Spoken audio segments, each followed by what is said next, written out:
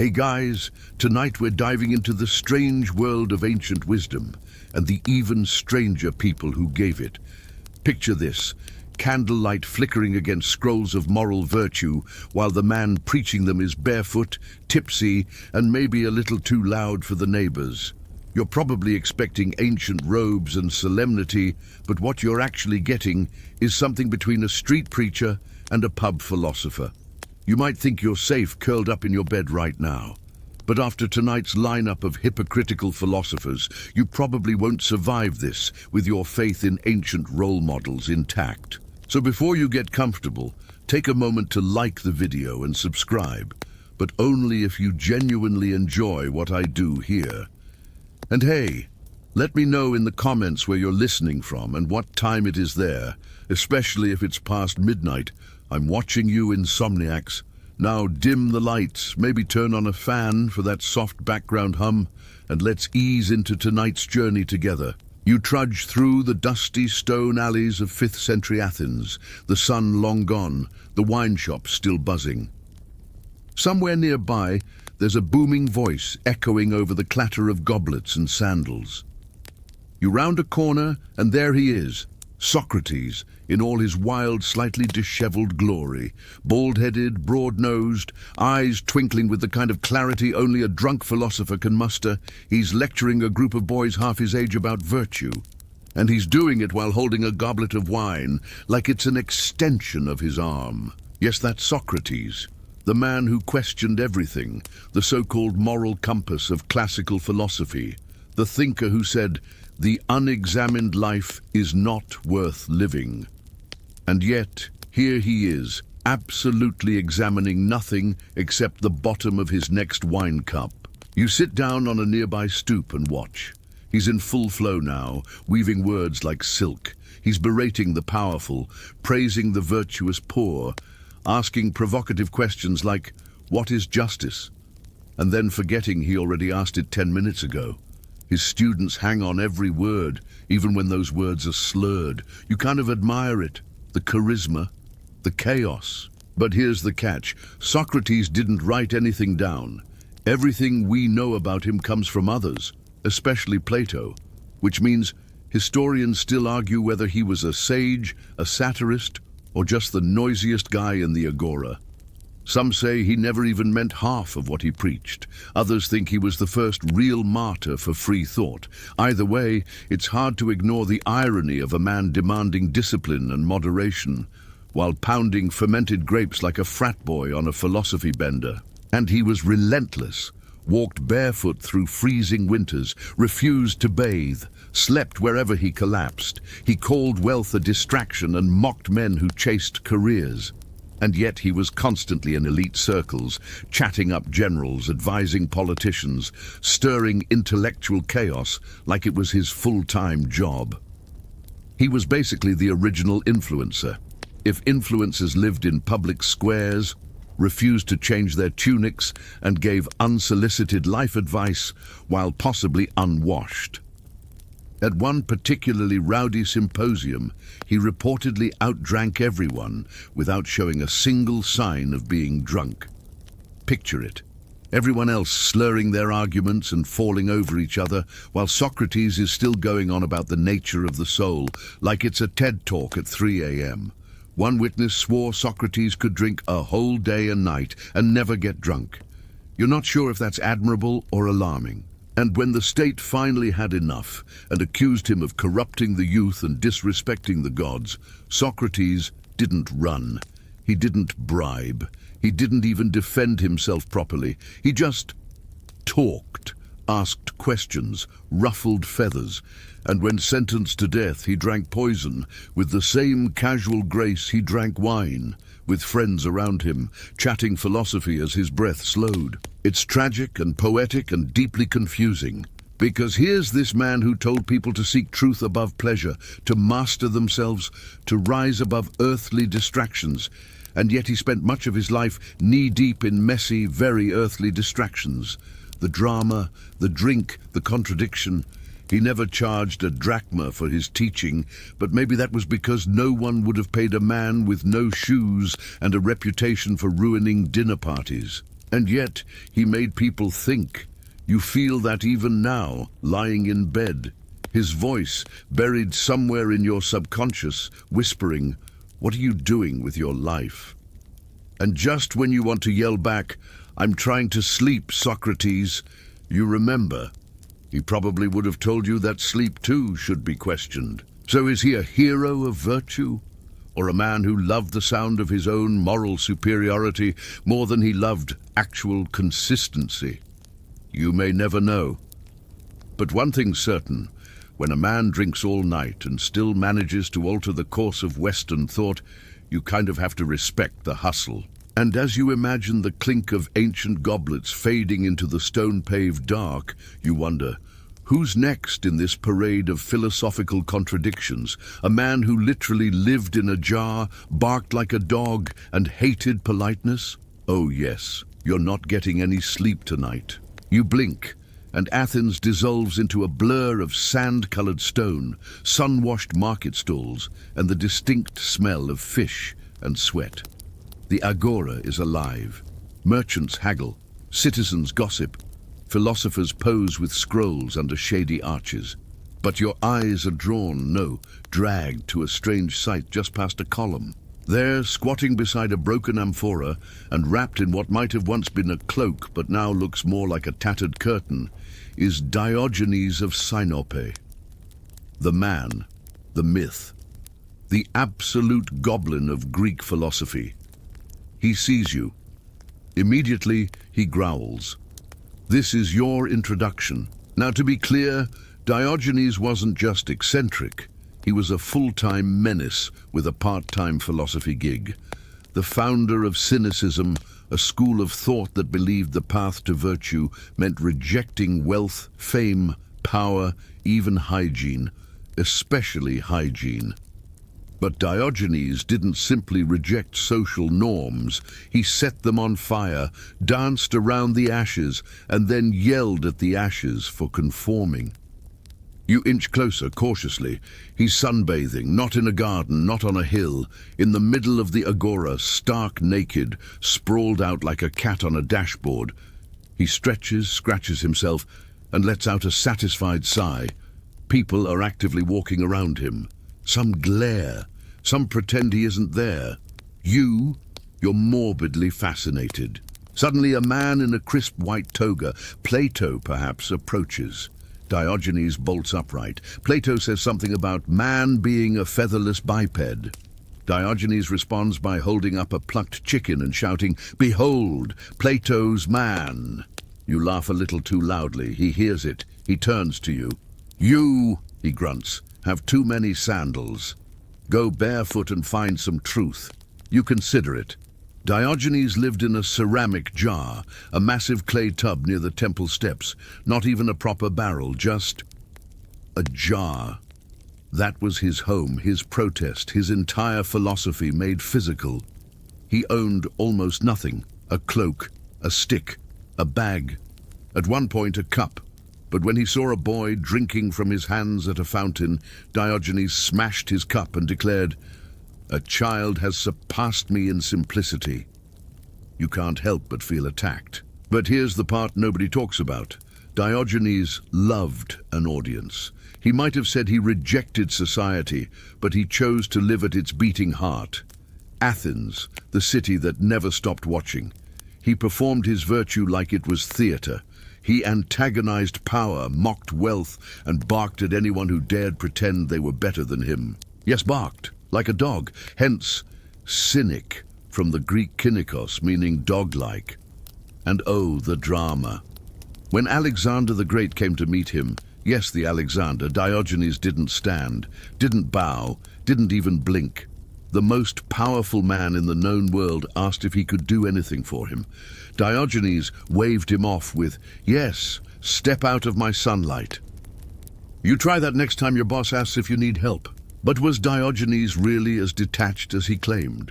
Historians still argue whether he lived his philosophy to the end or quietly accepted gifts and favors when nobody was looking. Some claim he owned slaves, others say he lectured kings in private. There's even a story of him carrying a lantern during the day, saying, "I'm looking for an honest man." Was it satire? Was it serious?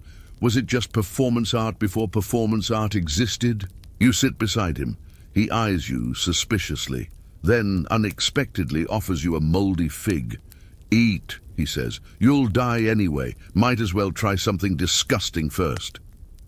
The fig is terrible. Of course it is. But Diogenes never wanted to be liked. He wanted to expose hypocrisy. He was the walking, sunburned embodiment of the call-out post. He used shamelessness as a weapon. When others spoke of virtue, he lived his version of it, with all the awkward, smelly consequences. Still, you wonder if he truly found peace, or if chaos was his addiction, if maybe he didn't hate comfort so much as he hated other people having it. You wonder if there's any real virtue in chasing poverty loudly. Then again, in a world of pretenders and posers, maybe the only honest thing left is barking at the system. Diogenes curls up in his jar. The market continues around him, pretending he isn't there. But you know better. The man might be homeless, might be unwashed, might be incredibly annoying, but in a strange, ragged way, you think he might also be free. Now let's walk away from the jar and into the villa of a man who claimed to want nothing, but owned everything. The contradiction is just getting started. You walk uphill now, away from the chaos of the Athenian market and into the quieter districts where the wealthy retreat. The marble glows under moonlight, smooth and silent. The gardens are trimmed. The fountains gurgle like whispered secrets. The doors are wide, polished, expensive, and there, lounging by a brazier with a scroll in one hand and a goblet of wine in the other, is Seneca the younger. He smiles as if he's been expecting you. You sit down across from him on a marble bench, cool to the touch, clearly imported. The cushions are velvet, the figs are fresh. The servant hovering near the doorway pretends to be invisible. You, meanwhile, are trying to wrap your head around this, the face of Roman Stoicism, living like a luxury lifestyle influencer before Instagram was even a concept. Seneca is calm. He speaks in soft tones. Every sentence feels crafted, like he spent an hour choosing the exact words that would sound the most enlightened. He talks about letting go of material attachments, about mastering fear, about how true happiness comes from within. Meanwhile, his robe probably costs more than your rent. Here's the twist. He means every word, or he thinks he does. Seneca was a Roman senator, playwright, and tutor to one of the most terrifying emperors in history, Nero. Yes, that Nero. The one who fiddled while Rome burned, the one who murdered his own mother, the one who had Seneca as a life coach. You can only imagine how that went. Seneca's letters are beautiful. They're about tranquility, simplicity, self-control. He warns against greed, against fear, against the distractions of wealth. You read them now, and they feel oddly modern, like someone whispering over your shoulder during a panic attack, telling you to breathe and accept impermanence. But then you glance around his villa. There's a private bathhouse, a literal library wing, mosaics imported from Carthage, servants flitting in and out like ghosts. You're pretty sure the wine isn't local. And there it is, the contradiction so vast it practically echoes. The man who preached detachment owned multiple estates. The philosopher who told you to embrace hardship made his fortune from lending money with interest. Historians still argue whether he was a hypocrite or just painfully self-aware. Some say he was trapped, born into wealth and political power, using philosophy as a coping mechanism. Others think he was a PR genius, using stoicism as branding while living the high life. Then there are those who believe he genuinely struggled, that he wanted to live simply, but Rome made that impossible. And isn't that the real Stoic tragedy? Knowing what's right, but being too entangled to do it? You ask him about Nero. Seneca hesitates, shifts his weight, says something cryptic like, "One must guide the river, even when it's violent." You get the sense he's not proud of what happened, not proud of his attempts to steer a mad emperor with gentle metaphors, not proud of how it all ended, with suspicion, exile, and finally, forced suicide. Yes, that's right, Nero eventually turned on him, accused him of conspiracy, ordered him to die. And how did Seneca handle it? With calm, with control, with tragic grace. He opened his veins in a warm bath, like a character from one of his own plays. His wife tried to join him. He begged her to live. The blood flowed slowly, too slowly. The pain dragged on, so they gave him poison. That didn't work. Eventually, they suffocated him with steam, a slow, terrifying end for a man who wrote so beautifully about meeting death without fear. You look at him now, this ghost in a toga, swirling wine in a silver cup, and you wonder, did he ever sleep soundly? Did all the stoic wisdom he shared bring him peace? Or was it a performance he clung to desperately while the empire crumbled around him? He reaches for a fig, then stops, offers it to you instead. Luxury, he says, is not in the object, but in the mind. You're not sure what that means. You're also not sure whether you believe him. The fire crackles, the silence stretches, and just when you think this can't get more bizarre, he leans in and whispers, "Whatever you do, never trust a man who bans beans." You blink. A bean-hating prophet is up next. This journey keeps getting weirder. The villa fades. The scent of perfumed oil and quiet Roman dread drifts away, and in its place you feel the shift. Something older, weirder, more geometric. You're standing now in a dim corridor lined with carved symbols, triangles, circles, numbers. The door creaks open by itself. Welcome to the world of Pythagoras, a man so obsessed with mathematics that he may have accidentally started a religion or a cult. Possibly both. You step inside. It's quiet, but not peaceful. The kind of quiet that hums beneath your skin. Everything is symmetrical, measured, harmonized, and just when you're about to relax, someone snatches a bowl of beans from your hand. "No legumes," they hiss. You nod slowly. Okay, that's a rule now. This is the house of Pythagoras, or maybe the temple, or the bunker. Historians still argue what it actually was. Some say it was a school. Others say it was a secretive cult compound with purification rituals, oaths of silence, and possibly animal sacrifices, though knowing Pythagoras, probably numerically justified ones. He enters, finally, a man with an intense gaze and a long beard, wearing robes that drape like architectural blueprints. He doesn't smile, doesn't speak. Just draws a triangle in the sand at your feet and waits for you to feel something. You don't. He sighs. Pythagoras believed the universe was built on math, not in a math is useful kind of way, more like numbers are divine, music is math, your soul is a math equation, and beans will ruin everything.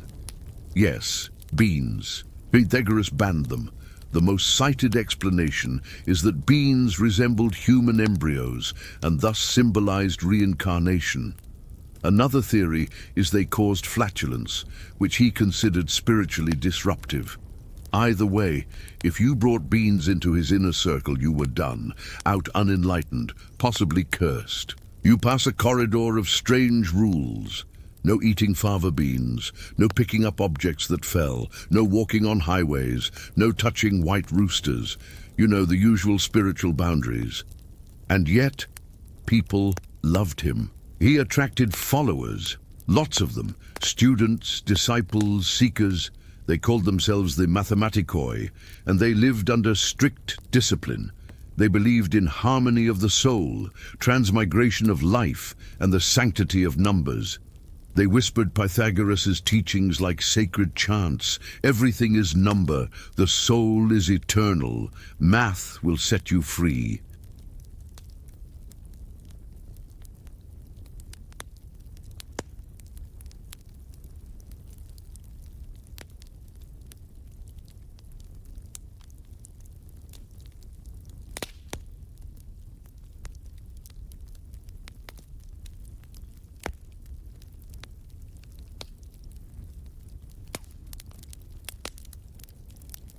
You ask him why numbers matter so much. He finally speaks. Because numbers do not lie, men do. It's a good line, but then again, it's the kind of line that sounds deep, no matter what it means. But here's where it all breaks down. The man who preached detachment from the material world. He wanted control. He organized a hierarchical community, created layers of secrecy, possibly even believed he was divine. Some scholars think Pythagoras never proved the theorem named after him. Others say the theorem was known in Babylonian math centuries earlier. But somehow, his legend grew. And like all good legends, the line between truth and myth dissolved. Did he really talk to animals? Some said yes. Did he remember past lives? He claimed to. Was he murdered by angry bean farmers after refusing to escape through a bean field? That is an actual story. Historians are still debating which parts are real and which are symbolic, but the symbols stuck. To this day, school kids mutter his name while trying to remember if it's a squared plus b squared or b squared plus c squared, as if the order really mattered, as if Pythagoras would have let you ask questions without joining his circle, fasting for a week and swearing to never eat soup again. You sit now in his sacred triangle chamber. A soft echo rises as distant voices chant numeric sequences. The air tastes like geometry. You're not sure if this is enlightenment or madness. And Pythagoras?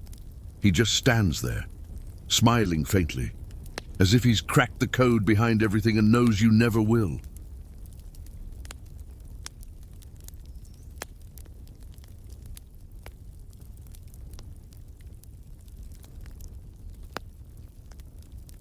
You step out of Pythagoras' triangle-laden temple with a lingering hum in your ears, like someone whispering equations just out of reach.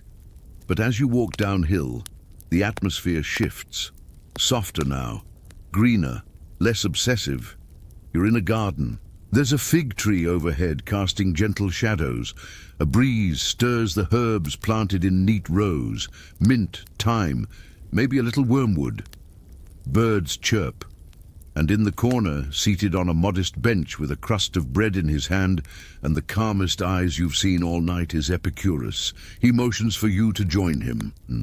You expect a grand speech, a lecture, something heavy and philosophical. Instead, he says, "Hungry?" and offers half his bread. No wine, no velvet robes, no numbers, just peace. This is the man who said that the goal of life is pleasure, but not the way you're thinking. Epicurus didn't chase parties or gold coins or endless luxuries. He meant pleasure as tranquility, as freedom from pain, both physical and emotional, as the kind of happiness that comes from knowing you have enough, not wanting more, which makes it extra ironic that people have been misquoting him for over 2,000 years.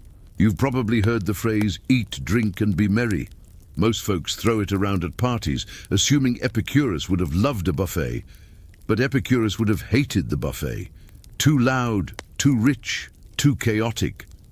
He preferred a simple meal, some bread, water, maybe a bit of cheese if he was feeling wild. Historians still argue whether he was a radical materialist or just a misunderstood introvert. His writings were calm, clear, focused on personal peace, but most of them are lost. What survives paints a picture of a man who feared pain more than death, who built an entire school around emotional management, and who viewed gods more like distant natural forces than beings who punished or blessed. Still, his garden school was different, open to women, to slaves, to anyone seeking peace. You didn't need money, just commitment to simplicity and critical thinking. And yet, despite his message of calm and comfort, Epicurus himself lived in constant anxiety. He feared pain, chronic illness, possibly had ulcers or kidney issues. He warned against ambition, fame, and political entanglement, and he meant it. He refused to participate in Athenian politics, avoided drama like it was poison, and built walls around his property to keep the world out. It was said he even celebrated his birthday with a mixture of joy and dread, grateful for life, terrified of its fragility. You sit with him a while, he says very little, just chews his bread slowly and watches the wind move through the garden. And here's the thing, you get it. After the whirlwind of Socrates' chaotic virtue, Diogenes' barking rebellion, Seneca's stoic theatre, and Pythagoras' bean-averse cult math, Epicurus feels real, human. He isn't shouting at crowds or dying dramatically, he's just sitting, being, trying to stay calm in a world that refuses to calm down. But even here, contradictions linger. He claimed not to fear death, saying, "Death is nothing to us," yet he wrote about it constantly. He spoke of the gods as indifferent, but built shrines in their honor. He rejected indulgence, but still enjoyed letters and long conversations with dear friends, some say too dearly. Even his own followers began to debate whether his ideas were too soft, too easily corrupted, too passive for a harsh world. And then there's the biggest paradox of all. He avoided fame, yet his name lives on as shorthand for pleasure-seeking he never endorsed. You look at him, this quiet man with the peaceful eyes and the cracked fingernails, and wonder what he'd say if he could read modern tweets calling him a hedonist with no morals. He'd probably laugh, or maybe he'd sigh, eat another crust of bread, and go back to pruning his basil. He pats your shoulder gently, no lecture, no metaphor, just a small gesture of understanding. And as you leave the garden, the wind growing cooler, you realize you've been fed, not just bread, but something gentler, quieter, necessary. Only one more philosopher remains now. And while he claimed to love truth and idealism, something tells you he also loved being in charge. The garden fades behind you, the soft scents and quieter thoughts replaced by towering columns and echoing halls. You've returned to the marble, to the structure, to the idea of order. This is the realm of Plato. And if you're thinking, finally, a reasonable one, you may want to buckle up. You step into a circular room. No windows, no paintings, just perfect acoustics and the faintest scent of ambition. At the far end, Plato sits calmly on a stone bench, scroll in hand, eyes half-lidded like he's already outsmarted you 3 moves ahead. You expect him to greet you. He doesn't. He begins teaching. Justice, he says softly, is each part of the soul doing its proper work. You nod, unsure. He keeps going. He's laying out the Republic now, his vision of the ideal society. A place ruled by philosopher kings, a caste system based not on birth, but on the soul's natural alignment. Gold souls rule, silver enforce, bronze produce. You try to keep up, but it all feels a bit rigid. And here's the contradiction. Plato, the great idealist, wrote entire treatises on justice, virtue, and the soul, but also wanted to build a society where most people never made decisions for themselves. He believed only the wise should rule, and that democracy, chaotic, emotional democracy, was just a slower road to tyranny. Which is funny, because he spent a lot of time trying to influence democratic Athens, and failed. Then he went to Sicily, multiple times, to try and turn a tyrant into a philosopher king. It ended badly, each time. Historians still argue whether he genuinely believed in his political visions, or whether he was just trying to cope with the mess of post-Socrates Athens. His teacher had been executed, after all, by a jury of his fellow citizens. That changes a man. But here's where Plato really shines and really confuses. He created forms, perfect, abstract versions of things. Somewhere out there, he said, is the perfect table, the perfect dog, the perfect you. Everything in the real world, just an imperfect reflection. Shadows on a cave wall, illusions mistaken for truth. You sit beside him, trying to process this. He gestures to your hands, your face. Even your thoughts, he says, are echoes of greater truths. It's beautiful and infuriating because it means you can never quite touch anything real. It's all just approximation. You want to argue, but Plato's already 10 layers ahead. He's defining the definition of definitions now. You pretend to nod wisely. Plato wasn't just a thinker, he was a system builder. While Socrates roamed the streets asking questions, Plato sat down and organized the answers. Schools, dialogues, philosophies, all laid out with symmetry and purpose. And he founded the Academy, the first institution of higher learning in the Western world, a place where thinkers could debate without wine-soaked chaos, where ideas could be tested, where students could study virtue, astronomy, and mathematics under fig trees. It would inspire centuries of intellectual pursuit. But here's the thing, Plato wasn't always as neutral as he pretended. He dismissed artists as dangerous liars, called poets manipulative, believed the soul had strict layers, and he seemed very comfortable imagining himself among the philosopher kings. It's the classic idealist's trap. You want a better world, but on your terms. He talks now about Atlantis, a lost civilization, a warning, or maybe just an allegory. Scholars still debate if it was real or a narrative device.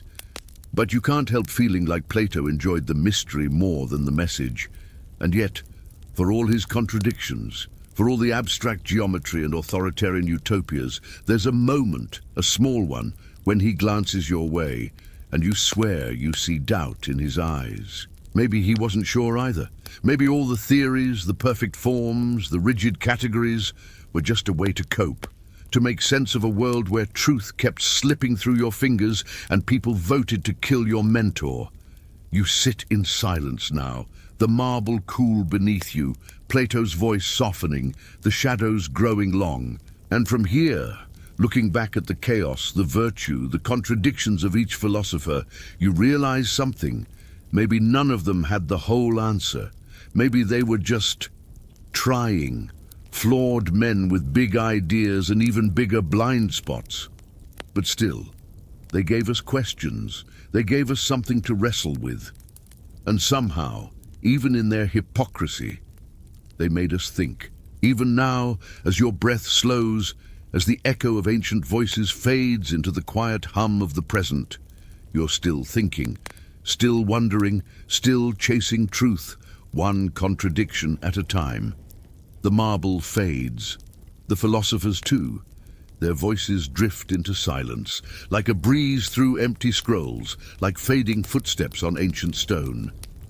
Now it's just you, just your breath, slow and steady, and the gentle rhythm of thoughts settling into stillness. You lie back, eyes soft, mind warm with paradoxes. There's no more need to analyze, to question, to untangle. Not tonight. You've followed the drunken compass of Socrates, curled beside the barking wisdom of Diogenes, sipped conflicted serenity with Seneca, and tiptoed through the sacred geometry of Pythagoras.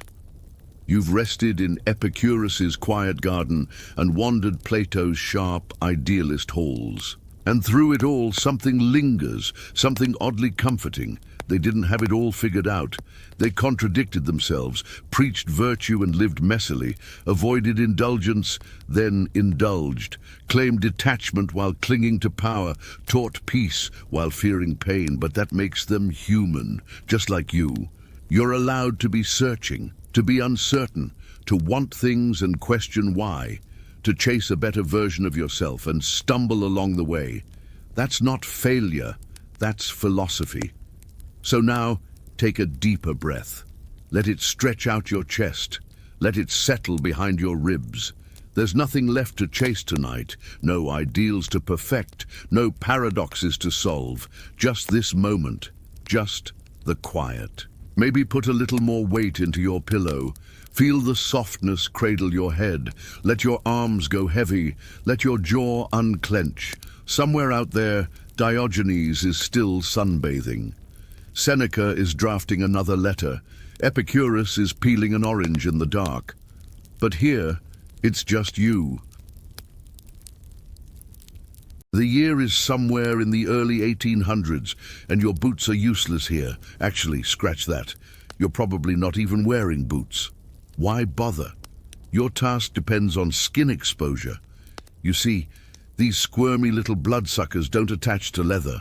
You step into the bog, each movement slow and deliberate, water lapping at your thighs. The air is thick with dampness and decay.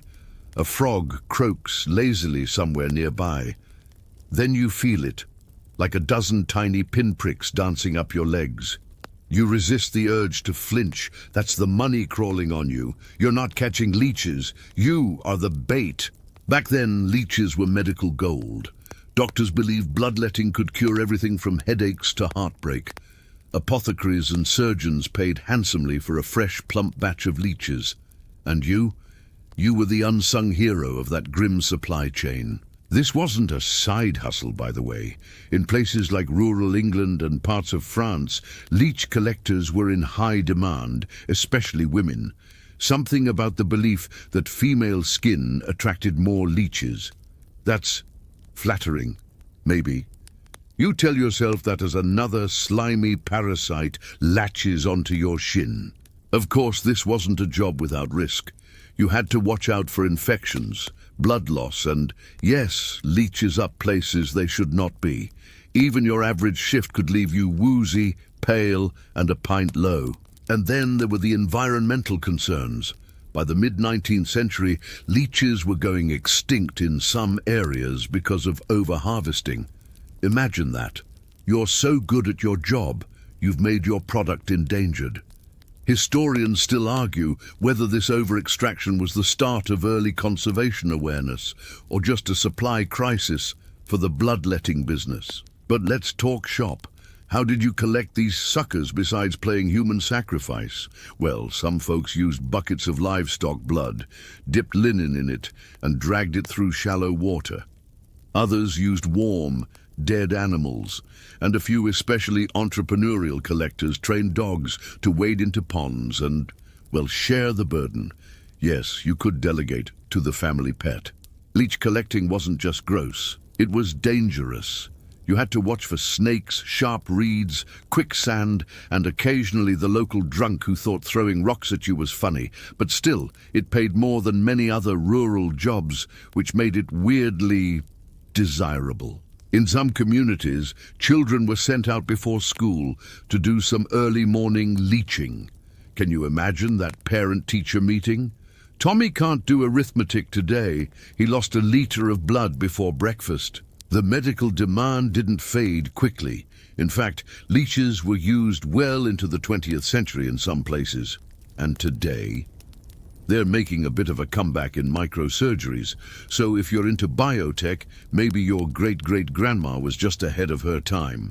Still, this whole gig remains one of those, wait, that was real kind of jobs.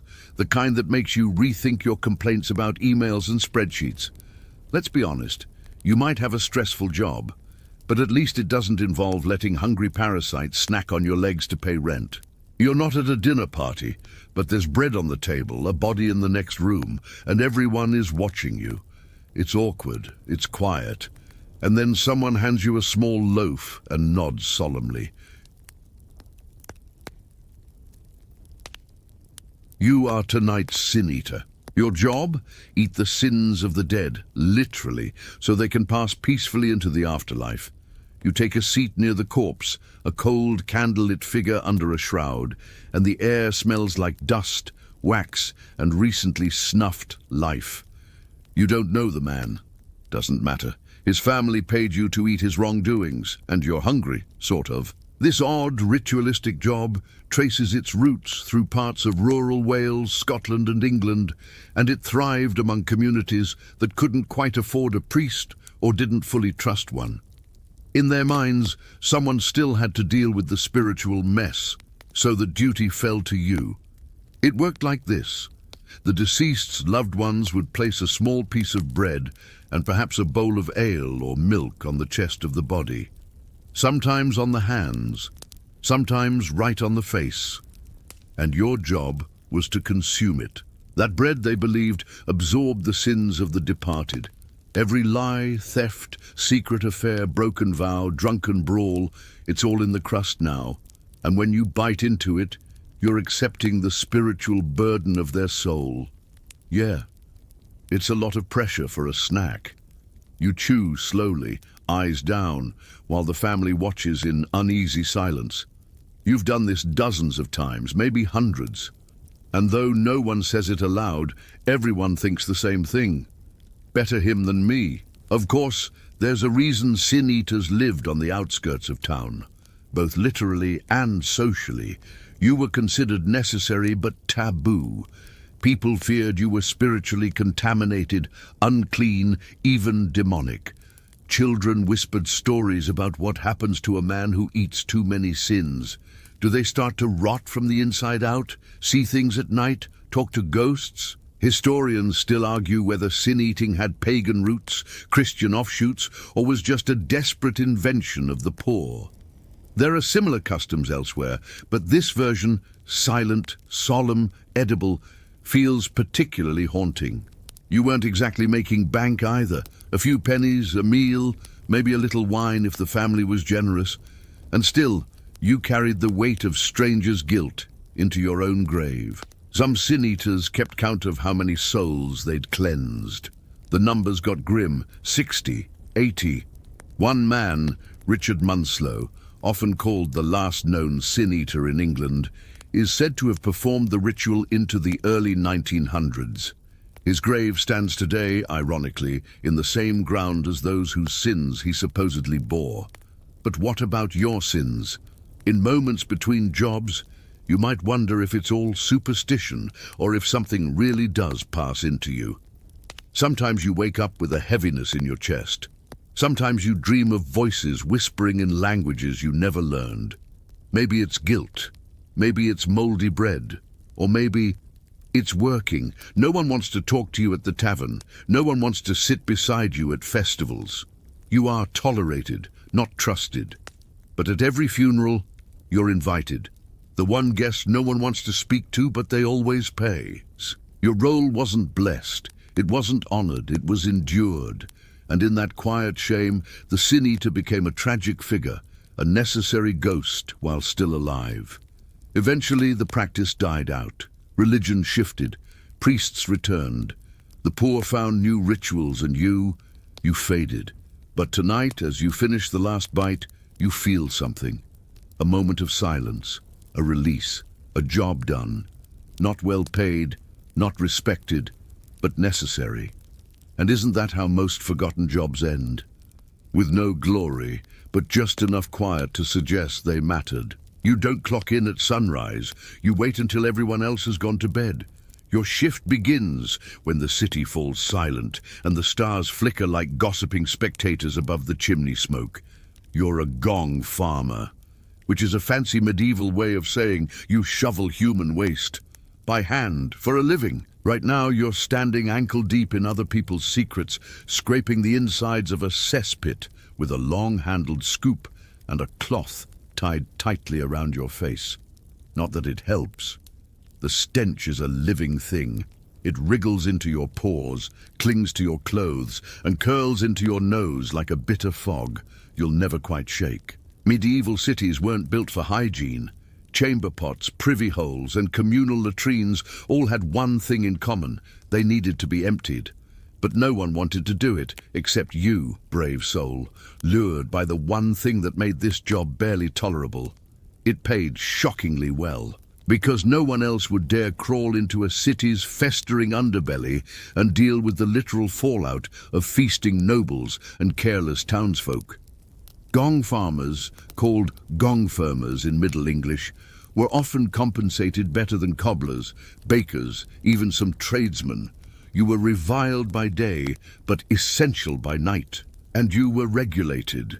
In 14th century England, for example, you had to operate only after dark, and usually far from food markets or public walkways. Authorities didn't want the smell mingling with their early morning bread. You scoop, bag, and haul the contents out to carts that wait patiently in the alleys. The gong is then taken to the outskirts of town, where it's dumped, sometimes into rivers, sometimes into massive pits, sometimes into fields. Because, hey, night soil makes great fertilizer. You've just turned horror into harvest. At this point, you might be wondering, why not just build better toilets? Oh, they tried. The Romans had sewer systems, castles had garderobes that dropped waste into moats. But in cramped urban towns with wooden structures and open-air markets, the fastest, cheapest option was still a guy like you with a strong stomach and a shovel. Historians still argue whether gong farmers were criminally punished with the roll or volunteered willingly for the wages. Some records suggest exiles and drunks were forced into the trade. Others show full guilds of gong farmers with tools, uniforms, and established routes, like a weird, smelly postal service. And let's not forget the danger. You worked in unstable structures, sometimes climbing into cesspits that had collapsed floors or pockets of methane gas. Yes, explosive, toxic, and often invisible. People died doing this. In fact, there are records of gong farmers suffocating or even drowning in filth. That's a rough obituary. Here lies Thomas, died doing what no one else dared. But not all of it was awful. Okay, no, it was mostly awful. But sometimes you'd find treasure, literally. People dropped rings, coins, trinkets down privies all the time. And once it's been marinating a few weeks, well, finders keepers. You develop a strange relationship with your surroundings, a keen sense of balance, a respect for the delicate architecture of filth, a surprising knowledge of what people eat. You can tell who's rich just by their dung. You can tell who's sick, who's pregnant, who's hiding things. You learn to work fast. You hum to yourself under the moonlight. You try not to think too hard. And when your shift ends, you clean up as best you can, though the smell never quite leaves. No one greets you in the morning. You walk home alone. People cross the street to avoid you. And you? You smile, because you made more in one night than they will all week. Eventually, with the rise of indoor plumbing and city sanitation reforms in the 1800s, your role disappears. The city finds cleaner ways to manage waste, and your name fades into comedy footnotes and trivia nights. But make no mistake, you were the backbone of hygiene in a world full of rot. Without you, disease would have spread faster, streets would have flooded, entire neighborhoods could have become cesspools. You were the midnight janitor of medieval life. And while no one put statues up for gong farmers, tonight we do. In words, in memory, in slightly nauseated admiration. The sky's still a deep, sleepy blue when you lace your boots, grab your stick and step into the cold. There's a drizzle in the air, but no one's awake to complain about it, except you. Because today, like every day, your job is to make sure other people wake up on time. You're a knocker-up. And no, it doesn't mean what you think it means. You walk the cobblestone streets of industrial-era England with a long bamboo pole, sometimes with a metal cap at the tip, sometimes hollow so you can blow dried peas through it like a blowgun. You're not a vigilante or a prankster or someone practicing for Olympic fencing. You're an alarm clock, a human snooze button, a professional waker-upper. In towns like Manchester, Liverpool and Birmingham during the Industrial Revolution, people worked in factories that ran on brutal schedules. We're talking 4 in the morning wake-ups, 5 a.m. shift starts. Miss your clock-in time and you don't just get scolded, you get fired. And no, affordable alarm clocks didn't exist yet. Only the very rich had them, so instead, they had you. Your job is beautifully simple and utterly ridiculous. You knock on people's bedroom windows until they wake up. That's it. Sometimes with your pole, sometimes with a rock against the brick, sometimes with a sling of pebbles if the window's high enough. You memorize which windows belong to whom and at what time. You know Mr. Barker on the second floor gets up at 4:30 sharp for the loom. The Carroll twins need tapping by 5. And old Mrs. Milligan, she just wants to hear the knock so she feels less alone. You're part schedule manager, part community therapist. You work rain or snow, you work on holidays. And the irony? You don't have a knocker-up for yourself, so you either stay up all night or rely on pure anxiety and a chicken sense of time. It's not glamorous, but it's vital. You're the last line between people and poverty, between order and chaos. One missed knock could ruin a week's pay for a whole family. Still, your clients treat you like some urban myth. They barely make eye contact in daylight. You exist in the in-between, known, needed, and invisible, and that's part of the appeal. You walk in silence. The city belongs to you and the cats and the occasional drunk stumbling home. There's a peace to it, a purpose, a small power. But it's not without challenges. Sometimes people move and don't tell you. Sometimes they pretend to sleep through your knock. Sometimes they lie about what time you came. And sometimes, just sometimes, you see things. There's a story of a knocker-up who swore he woke a man 3 days after he died. Swore he saw the silhouette rise, turn, and wave. That window stayed fogged with breath for hours, though the body was cold. Historians still argue whether knocker-ups were part of a larger tradition of urban oral contracts or just a temporary stopgap in poor neighborhoods before clocks became widespread. But for a while, you were as necessary as a postal worker or butcher. There were even elite versions of you. One famous knocker-up named Mary Smith reportedly used a pea shooter to hit windows with amazing precision, like some kind of Victorian marksman with a grudge against slumber. Of course, once cheap alarm clocks flooded the market, your days were numbered. You were phased out by ticking gears and bell springs. The need evaporated almost overnight. Still, your legacy lingers. In old factory towns, older folks still say, "Better set the clock or you'll need a knocker-up." And some old row houses still have tiny metal hooks where you used to lean your stick after a knock.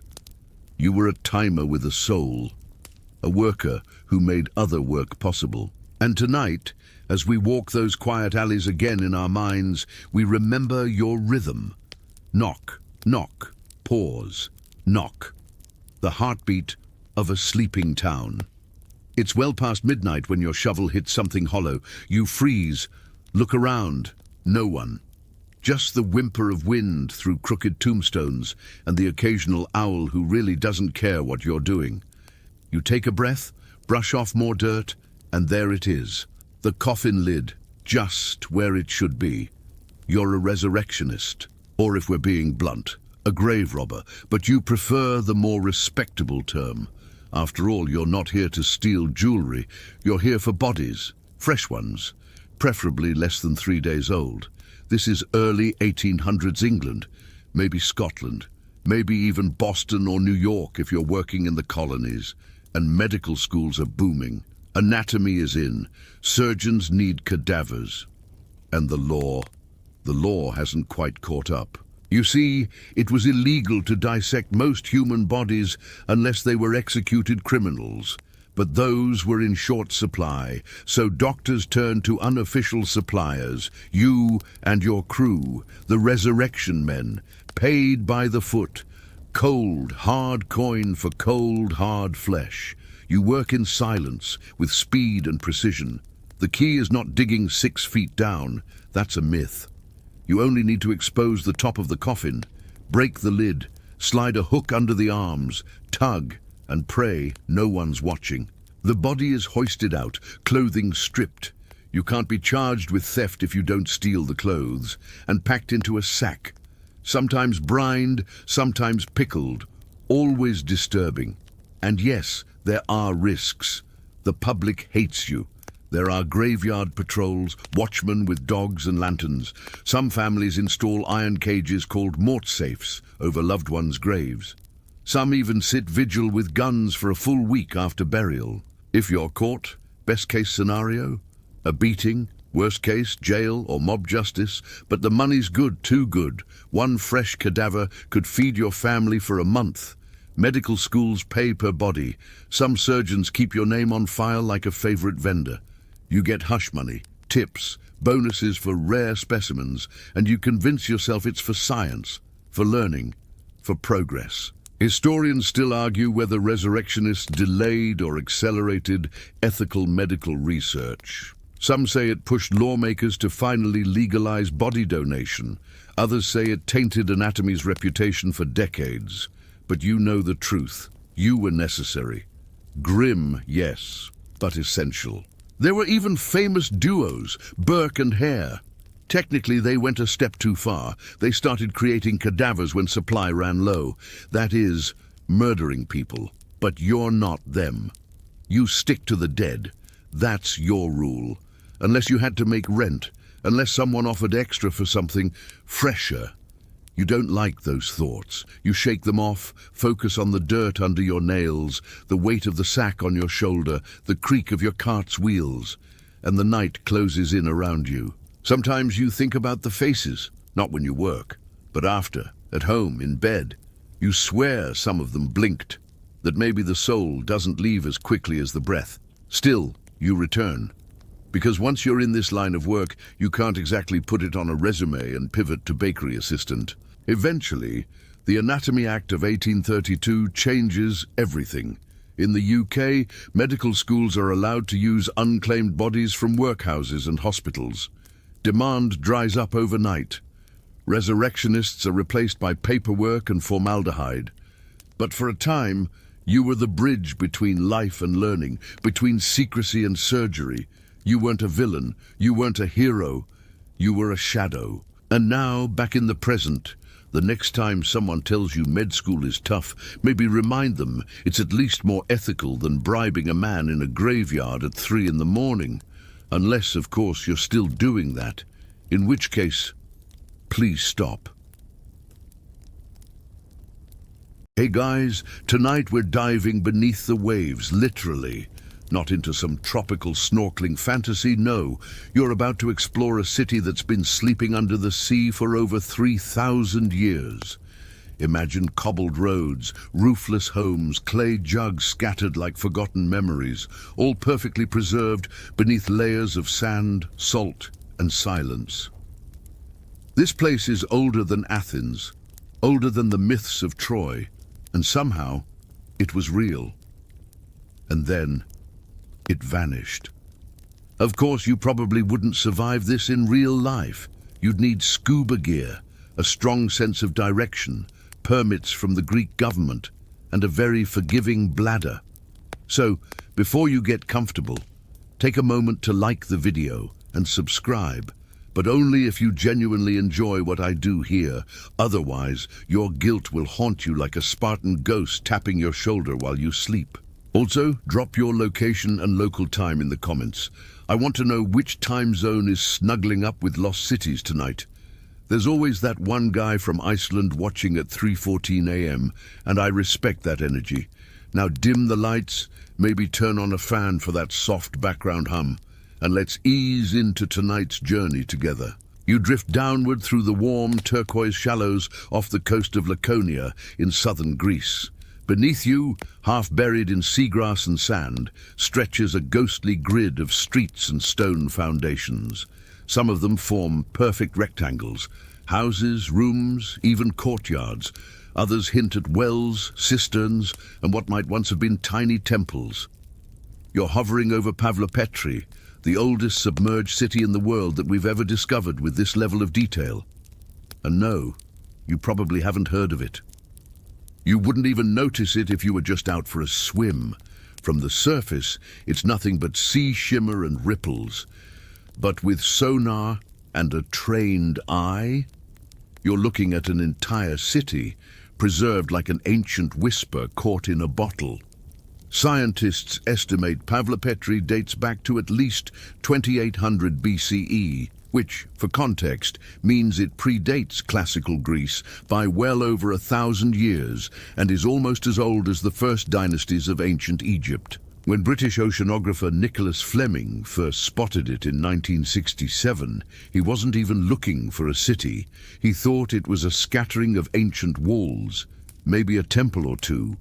But over time, and especially with underwater 3D mapping tech in the early 2000s, archaeologists realized they were staring at something far more complete and far more mysterious. See, most underwater ruins are broken, scattered, chaotic. Pavlopetri is the opposite. It's neat, organized. Streets run in parallel. Buildings face the same direction. Homes share courtyards. There's drainage, zoning. Whoever built this had a plan. They weren't just throwing huts up wherever they pleased. And yet, for all this structure, we have no written records about Pavlopetri, not a single mention in ancient texts. It's like someone pressed delete on an entire chapter of Bronze Age history.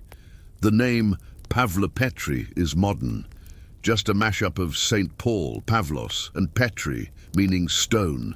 Nobody knows what its original name was or what its people called themselves. That alone is eerie.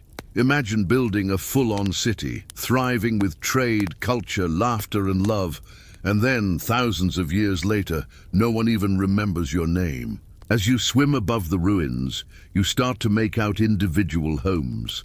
Some are as small as a modern bedroom. Others have 2 or 3 connected rooms and central courtyards. There are stone benches, door thresholds, and floor grooves where sliding wooden doors might have once sat. Archaeologists even found giant storage jars, pithoi, still embedded in the floors, left behind like someone was in the middle of packing and never came back. You pass over what appears to be the town square. It's a bit larger than the surrounding buildings, open to the sea above now, but its shape is clear. A central agora, where people likely gathered to trade, gossip, and argue about taxes or goat prices. Honestly, not much has changed. Next to the square, narrow channels twist between the homes. Some believe they were used to divert fresh water, others think they handled sewage. Either way, Pavlopetri had plumbing, Bronze Age plumbing. Meanwhile, some of us still can't get our shower pressure right. And then there's the location. Pavlopetri isn't buried deep in the ocean. It lies just a few meters below the surface, maybe 4 or 5 meters at its deepest points. You could snorkel above it with a good pair of goggles. That proximity raises the obvious question: how did it end up underwater? Here's where things get fuzzy. The leading theory is tectonic activity. Earthquakes gradually caused parts of the land to subside, letting the sea reclaim what was once shoreline. But historians still argue whether this was a slow, creeping tragedy or a sudden, catastrophic event. Some suspect a tsunami caused by a volcanic eruption, possibly even the infamous eruption of Thera, modern-day Santorini, which devastated civilizations across the Aegean. Others think rising sea levels over millennia just did their slow, salty work. Whatever happened, it swallowed Pavlopetri whole and left it strangely untouched. Unlike other ruins that get looted, rebuilt, or recycled for materials, Pavlopetri became a time capsule, a flooded, forgotten time capsule. There's something almost surreal about that, like walking into a stranger's house where dinner is still on the table, but no one's home. You feel like you're intruding, even though the owners have been gone for thousands of years. But here's where it gets even weirder. Some of the buildings in Pavlopetri are small, like very small. At one point, a theory floated around that the city may have been built for children. Not actual children, but a symbolic or religious community, maybe even a training ground for priestesses or young nobility. That idea has mostly been set aside, but the layout still raises questions. Were the people who lived here just smaller? Were these family units closer, more communal? Or this is pure speculation. Was the city built with the sea in mind? Some researchers have pointed out how seamlessly Pavlopetri's layout connects to the coast. Docks, seawalls, protected inlets. This was a maritime people. They weren't just fishing, they were trading, exchanging goods with the Cyclades, Crete, possibly even Egypt. This was a hub. And then one day, they were gone. Imagine the soundscape. Waves slapping against boats, kids yelling, animals bleating, clay pots clinking, conversations drifting from house to house. You'd hear bronze tools tapping on stone, the sizzle of oil, the hum of life. Then silence.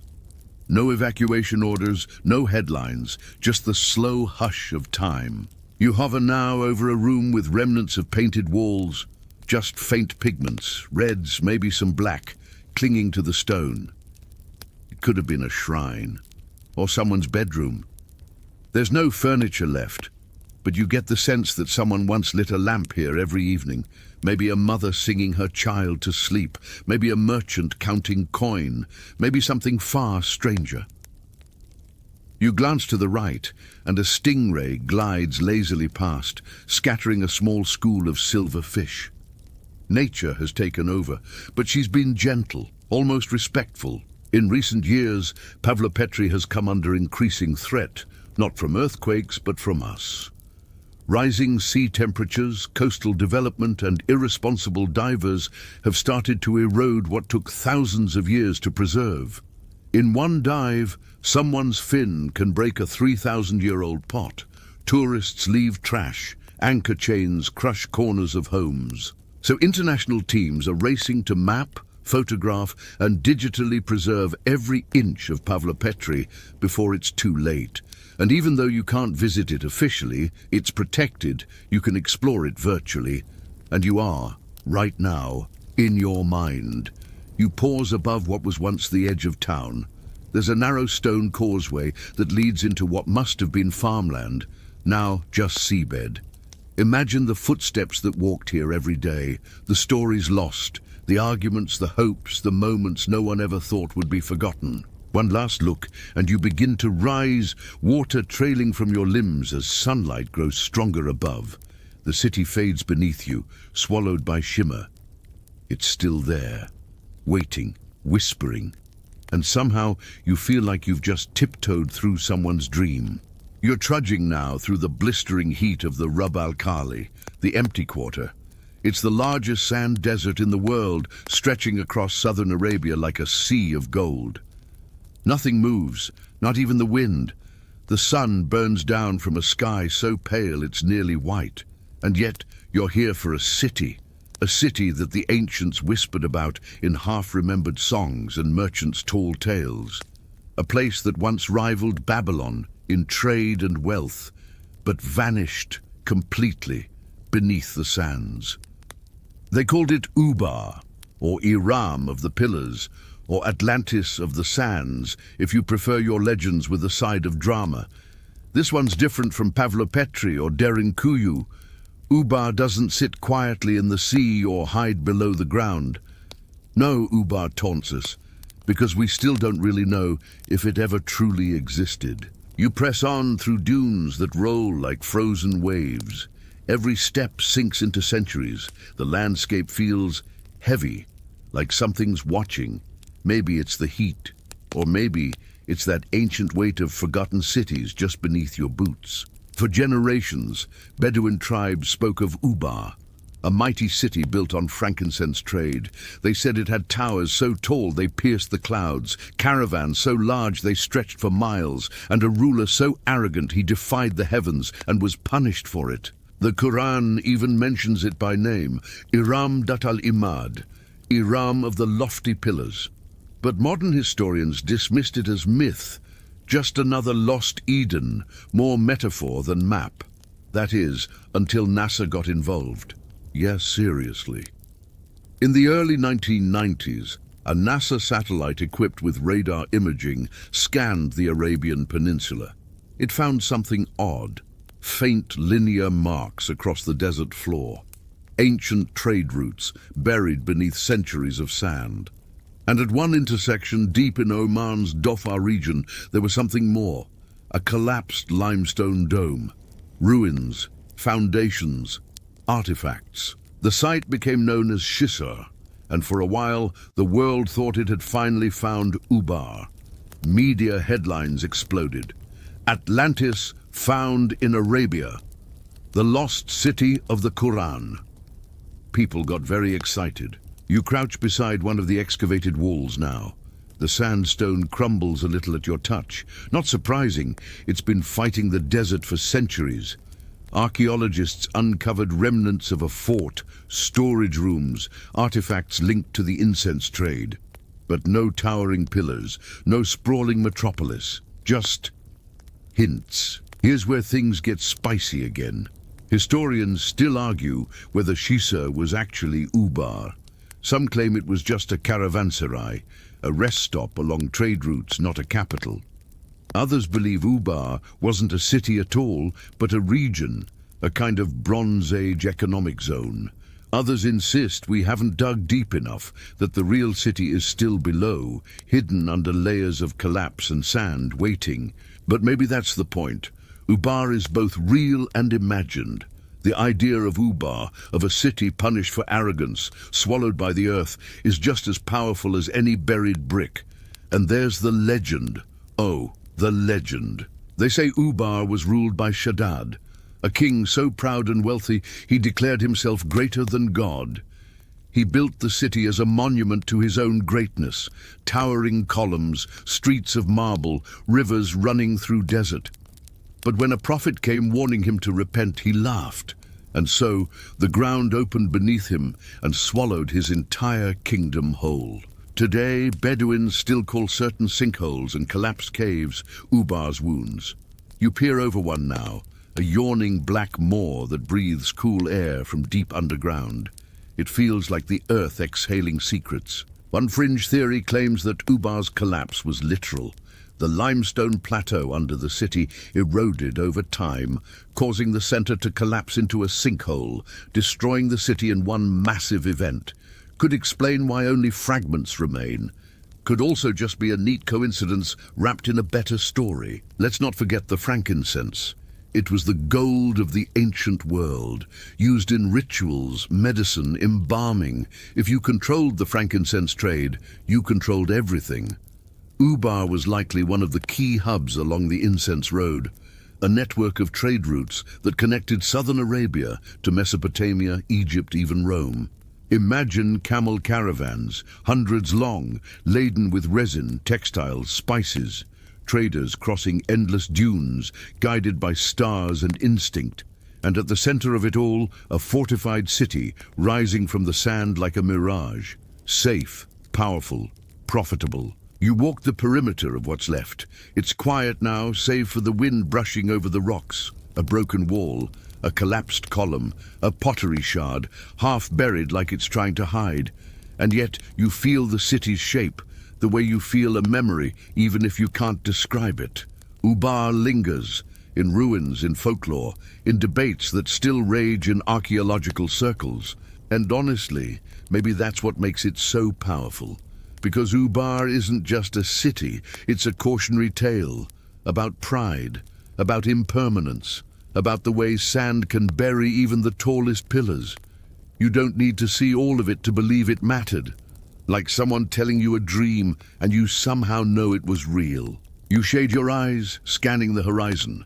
Somewhere out there might be more ruins, still buried. Or maybe it's just heat mirage playing tricks again. But if you listen closely, you'll hear it. The whisper of wind across stone.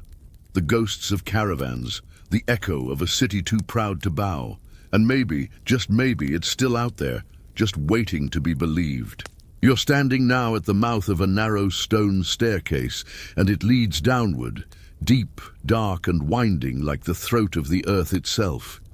There's no sound but your own breathing and the crunch of your footsteps on ancient volcanic rock. The air changes as you descend, cooler, heavier. Your flashlight flickers slightly against the wall, revealing marks. Hand-carved niches, scratched symbols. A centuries-old fingerprint, maybe. Someone lived here.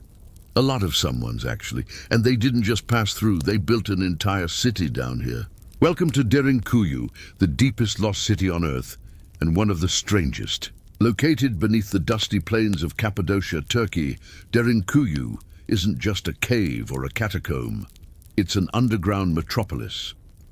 At its peak, it's estimated to have housed over 20,000 people, and that's not including their animals, food supplies, wine presses, churches, schools, and even tombs. That's right, this wasn't just a wartime bunker. It was a full-blown subterranean society. You duck slightly as you descend past the first level. The stone is soft, tough, a volcanic ash compacted over centuries, soft enough to carve with hand tools, but strong enough to stand for millennia. You pass what looks like a small room carved into the wall. 4 walls, a sleeping bench, and what might have once held oil lamps. Imagine spending your entire life here. No sunrise, no stars, just stone, footsteps, and the occasional donkey bray echoing off the walls. Historians agree that Derinkuyu was expanded around the 7th century by early Christians fleeing persecution. But that's just one chapter of its story. Historians still argue whether it was originally built by the Phrygians, the Hittites, or someone even older. Some parts might date back as far as 2000 BCE, putting it in the same age range as Stonehenge and Babylon. You reach a lower level, where the air becomes noticeably more humid. Your light flicks across a massive rolling stone door, an ancient security system. These round stones could be rolled across the tunnels from inside, sealing passages from invaders. Some of them are the size of car tires and weigh hundreds of pounds. Not exactly something you'd casually kick aside. This entire place is a masterclass in defensive design. Tunnels curve sharply to prevent enemy line of sight. Ceilings slope downward, forcing invaders to crouch. Easy targets for defenders crouched in side chambers with spears or, let's be honest, really big rocks. But Derinkuyu wasn't all about war. You pass a wine press carved straight into the floor with channels that would have drained fermented juice into storage jars. There's a communal kitchen with a blackened ceiling, and over there, yes, that's a school. A rectangular chamber with a raised platform on one end. Imagine trying to concentrate on your lessons while knowing you're 30 meters below the surface, and probably sitting next to a goat. And then comes the church. No windows, of course, but arches, pillars, and even a baptistry cut from stone tell you exactly what this space was for. People didn't just survive down here. They lived, worshipped, married, mourned, raised children, and maybe went slightly stir-crazy from the claustrophobia. Pause. Listen. Feel the walls. Every surface you touch was shaped by human hands centuries apart. Some areas are smooth, others still rough. You wonder how many people gave up on sunlight just to feel safe. How many candles they burned. How long they stayed hidden. But why go underground in the first place? That's where things get spicy. Some believe Derinkuyu was built strictly for defensive purposes, a place to hide from invading armies. Logical, especially when you consider how often Cappadocia got stomped on by Assyrians, Persians, Arabs, Mongols, and more. But others think the original structure may have had religious significance or even been a seasonal shelter during brutal Anatolian winters. And then there's the fringe theory, the one that claims the underground cities of Cappadocia weren't just for humans, that they were originally built by visitors, not from another country, from another planet. Cue X-Files theme. Okay, we're not going down that tunnel, but let's just say that Derinkuyu's scale and sophistication do raise eyebrows. Air shafts that run over 50 meters deep, ventilation systems that still work today. That's not just clever. That's engineering genius. And yet, for centuries, Derinkuyu was completely forgotten. Until 1963, when a man in Cappadocia knocked down a wall in his basement and found a tunnel behind it, which led to another, and eventually to Derinkuyu. Yes, someone literally discovered an underground city while trying to remodel their kitchen. Imagine just wanting to install new cabinets and ending up in a lost civilization. That's one way to ruin a weekend. You descend even further. The stairs get tighter, the air thinner. You feel the weight of thousands of tons of rock pressing above you, and somehow it still feels peaceful, like the stone remembers. You pass another chamber with niches carved along one wall. Some believe these were for mummies, not Egyptian style, but locals who buried their dead below to protect them. Others say they stored tools or scrolls here. Again, historians can't agree. The only certainty is that Derinkuyu still holds secrets. Hundreds of chambers haven't even been excavated yet. Now imagine the logistics, feeding 20,000 people underground, storing enough grain, getting clean water. Derinkuyu tapped into an underground aquifer, separate from the surface wells, so no one could poison their supply. It had everything a city needed, except sunlight. And the city didn't exist alone. There are over 200 underground cities in Cappadocia, many of them connected by tunnels. Kaimakli is the next biggest, but none match the sheer depth of Derinkuyu, over 18 levels deep. That's deeper than most subway systems, built without machines, just hammers, chisels, and sheer will. You pause in a chamber where the ceiling opens to a long vertical shaft. Sunlight from far, far above winks down like a distant star. This was one of the main ventilation tunnels, designed so cleverly that fresh air flowed naturally, even to the lowest levels. Some say birds could survive inside indefinitely. You imagine living here during an invasion.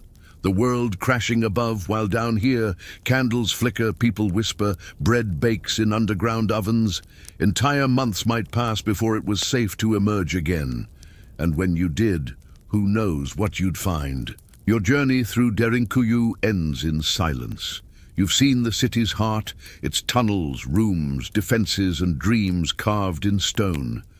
You turn slowly and climb back toward the surface, one step at a time, carrying with you the heavy, reverent breath of the deep.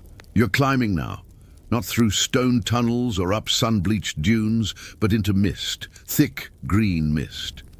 The air is humid, fragrant, like orchids and moss. And though the jungle rises around you in tangled waves, you can feel stone beneath your feet. Carefully cut stone, giant blocks stacked into terraces and walls, their edges softened by time and vines. Welcome to Quelap, Peru's forgotten sky fortress, or as some call it, the other Machu Picchu, except it's older, larger, stranger, and for some reason no one talks about it. At over 3,000 meters above sea level, Quelap sits in the northern Andes like a slumbering god, wrapped in clouds, crowned in bromeliads. As you step through its massive entrance, narrow enough to funnel single travelers, defensible enough to repel an army, you enter a city that shouldn't exist.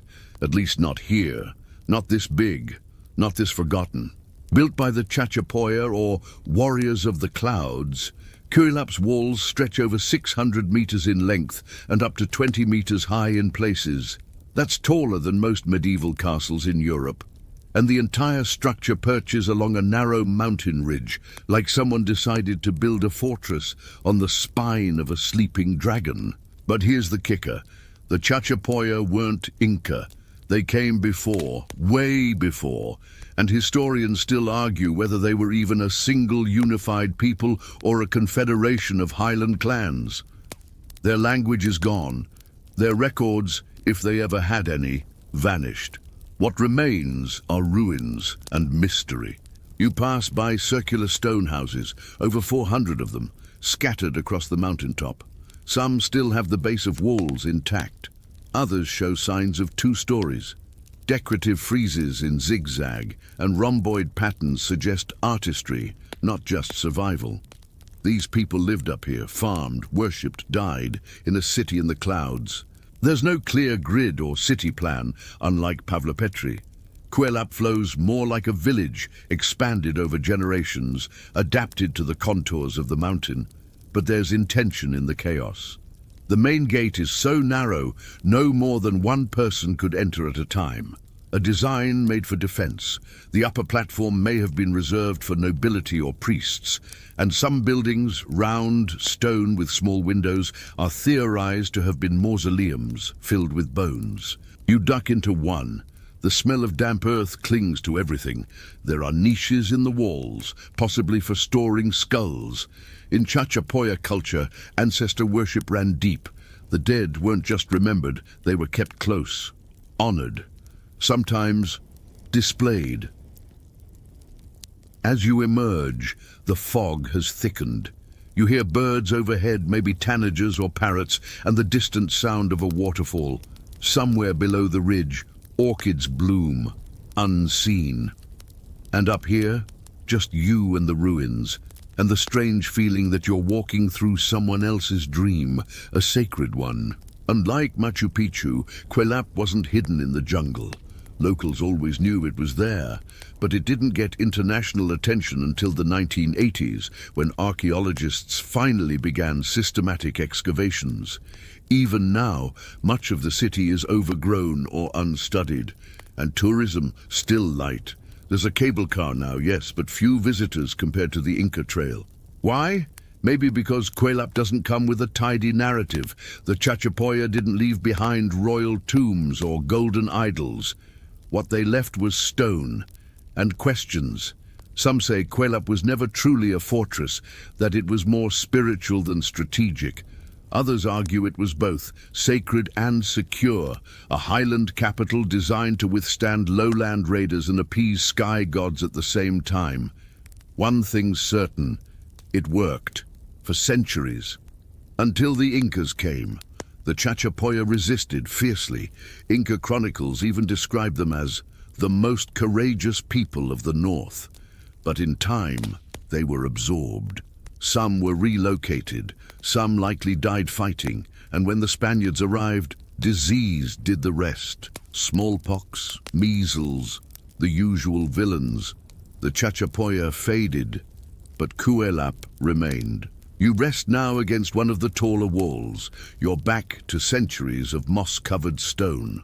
From here, if the clouds clear, you can see across the valley, deep into the Amazonas region. Once, that view might have revealed smoke from a rival village, or incoming traders, or a gathering storm. Today, just fog, trees, and silence. But even now, stories linger. Locals speak of spirits walking the walls at dusk, of lights seen flickering between the stones. Some say that those who climb Quelap with ill intentions fall mysteriously ill. Others believe the city is protected by ancient mountain energy, strong but benevolent. You don't mock these beliefs, not here. The silence demands respect. You circle the city once more, passing carved stones whose meanings we no longer understand. Was that spiral pattern a symbol for life? Death? The sun?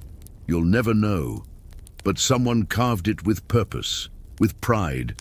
And that's the strange beauty of Quelap. It's massive, imposing, yet quiet.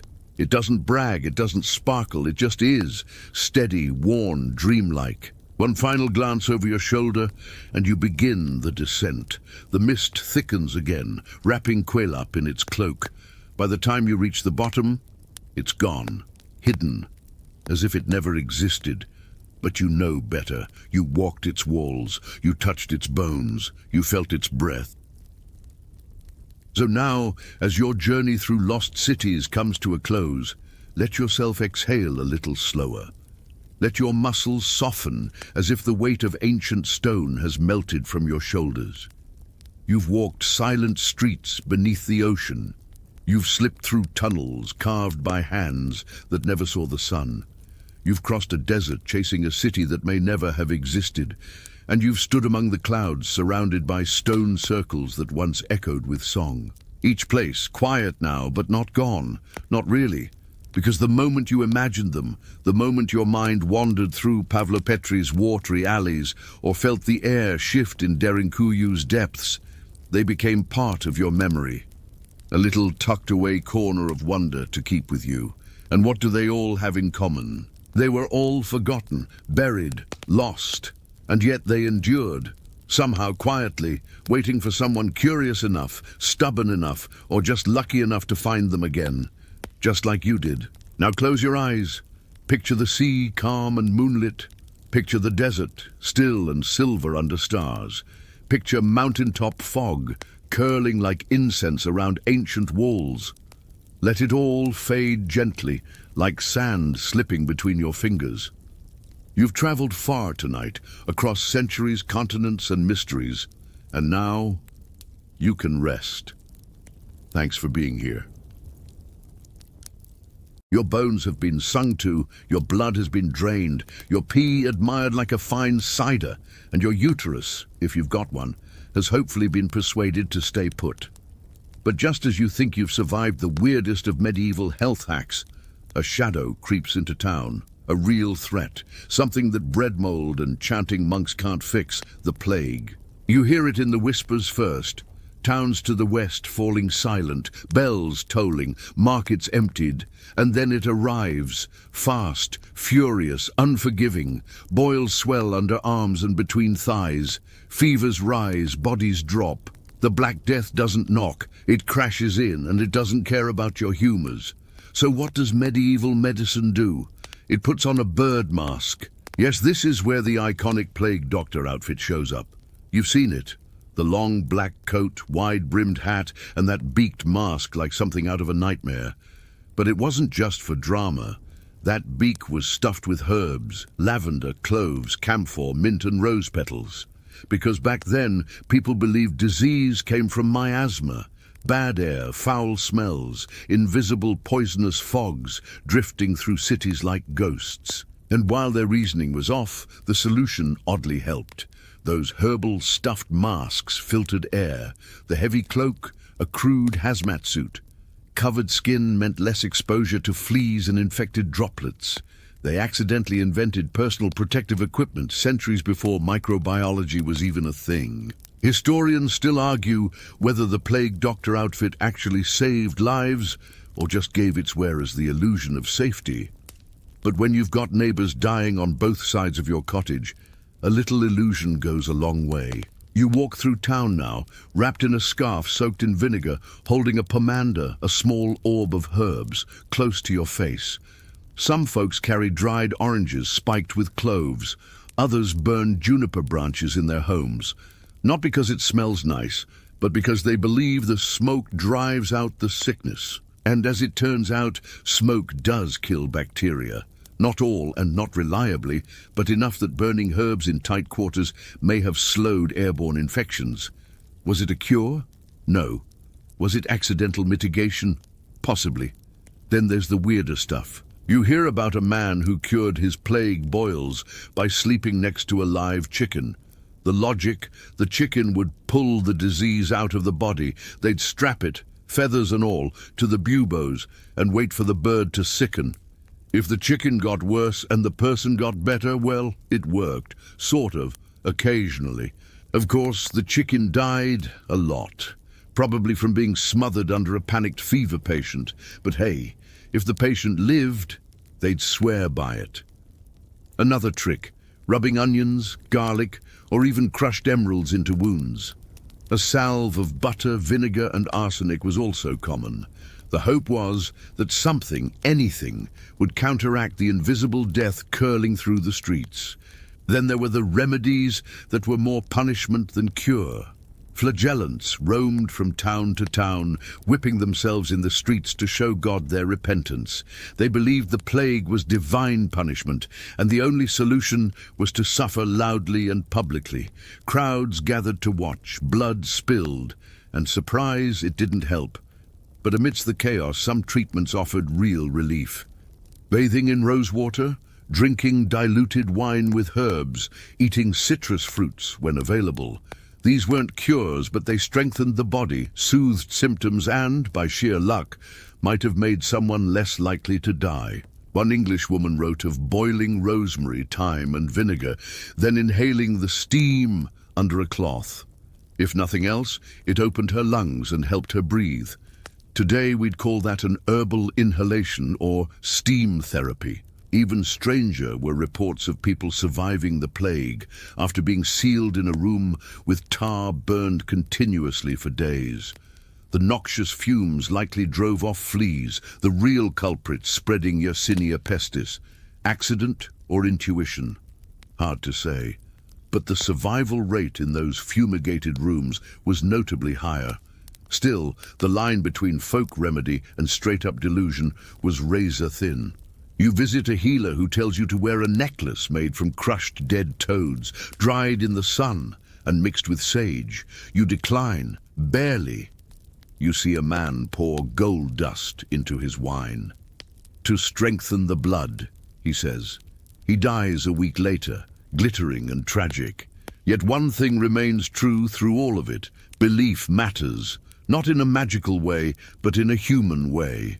People believed in something, and that gave them the will to keep going. Even the smelliest miracle had power if it gave hope. There are records of entire villages swearing by the healing stench of fermented sheep dung spread in thick pastes on the chest. No one wants to believe that worked, but someone got better, and so the story lived on. And sometimes that's all medicine needs to do, keep the story going.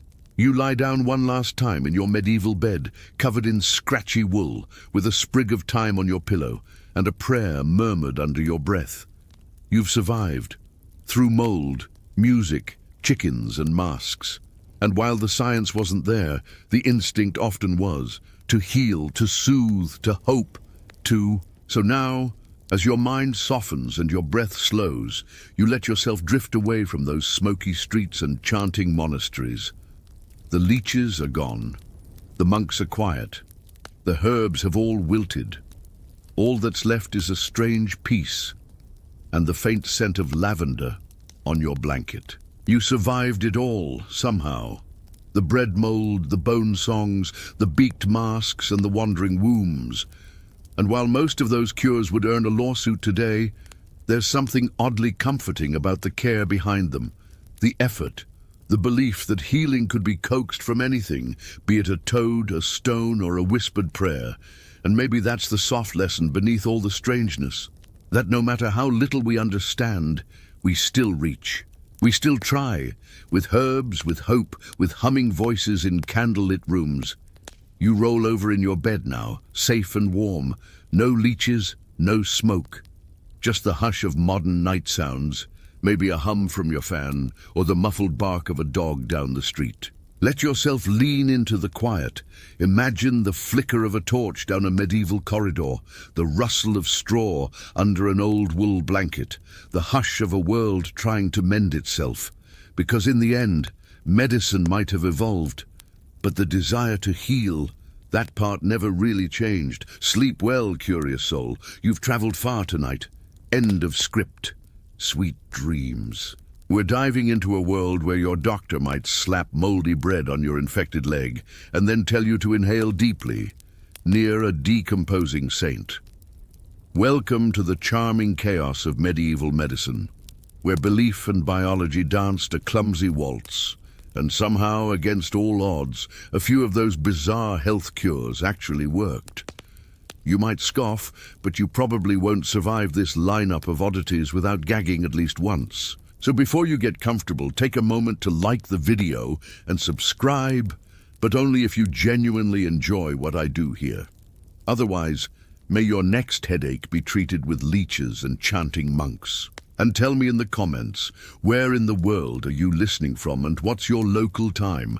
I always picture some of you bundled under blankets, others stuck on night shifts, and a few of you just wide awake at 3 a.m. eating cereal from the box. Now dim the lights, maybe turn on a fan for that soft background hum, and let's ease into tonight's journey together. You've scraped your knee.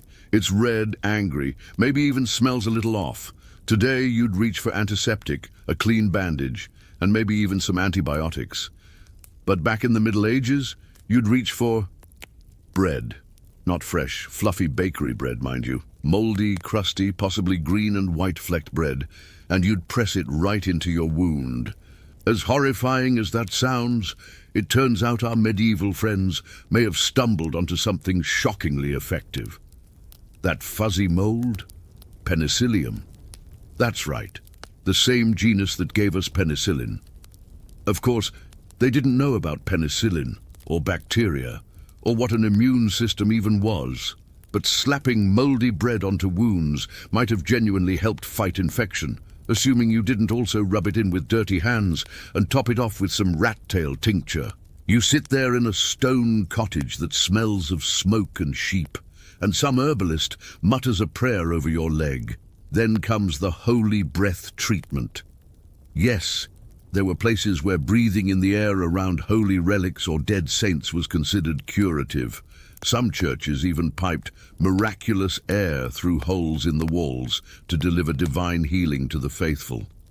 It's like spiritual aromatherapy with a hint of mildew. Somehow, inhaling this blessed breeze was said to cure anything from headaches to full-body seizures. Did it work? Well, probably not in the scientific sense, but if the placebo effect was invented anywhere, it was likely inside a smoky cathedral filled with frankincense and coughing pilgrims. Interestingly, even modern historians admit that belief was half the cure. Faith gave structure to chaos. If you believed hard enough that a relic could heal you, say a piece of cloth that touched St. Cuthbert's elbow, you just might have felt healed. Endorphins, adrenaline, serotonin. The brain is a generous liar when you want it to be. But medieval cures didn't stop at relic sniffing. Have you heard of the King's Touch? It was believed that English and French monarchs could cure scrofula, a type of tuberculosis, just by laying hands on the sick. That's how divine the monarchy was thought to be, royal PR at its finest. People lined up for miles to be touched by the king, some keeping the coin he handed them as a holy token. Whether it cured anyone is debatable. But hey, if you got to meet royalty and possibly cure your boils, that's a win-win. Historians still argue whether this royal healing was purely ceremonial or if it had psychosomatic effects on those desperate for hope. Either way, if your health plan involves getting slapped by nobility, you're officially living in strange times. Now back to your wound.